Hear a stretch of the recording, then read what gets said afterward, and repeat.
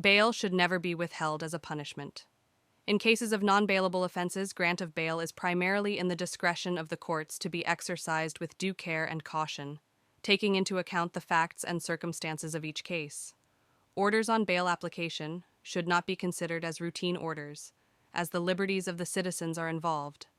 They must be carefully balanced and weighed in the scales of justice and requirements of relevant law, as laid down in sections 496, 497, and 498 CUR-PC. In cases punishable with death, life imprisonment, and imprisonment exceeding 10 years, the accused shall not be released on bail if there appear reasonable grounds for believing that he has committed such an offense. Reasonable grounds is an expression which connotes that the grounds be such as would appeal to a reasonable man for connecting the accused with the crime with which he is charged.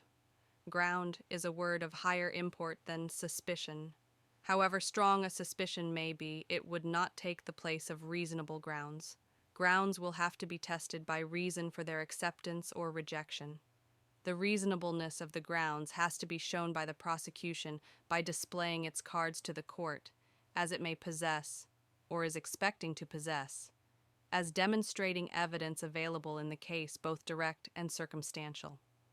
If such grounds exist, tending to connect the accused with the crime, bail should be refused, without going into deeper appreciation of the merits of those grounds and the evidence on which they are based, which functions are to be assumed at the trial stage. If the charge is found to be groundless, not supported by evidence, and instead of grounds being reasonable, their absurdity stands exposed on a plan view, or the charge on its face appears to be a minor one, which is not punishable with death or life imprisonment, as for example, where it is a case of accidental or unintended death caused by simple hurt, the limitation on the court's discretion is removed, which must then be freely exercised in favor of the accused for the grant of bail. Similarly, where reasonable grounds are not disclosed, but the grounds do exist for further investigation and inquiry into the guilt of the accused, the case will fall U.S. 497-2 CRPC, in which case bail should not be withheld.